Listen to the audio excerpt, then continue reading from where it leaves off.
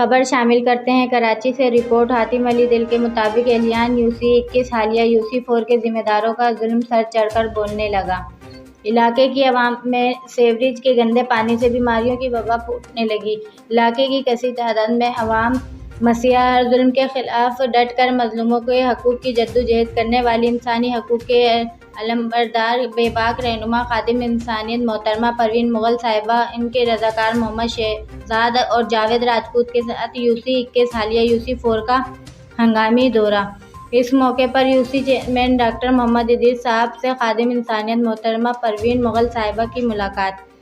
دوران ملاقات کراچی اور سندھ کی بہادر بیٹی خادم انسانیت محترمہ پروین مغل صاحبہ کا کہنا تھا، علاقے کی عوام کا کہنا تھا کہ گندے پانی سیوریج کی لائن کی وجہ سے نمازیوں کے لیے مصیبت کا سامنا۔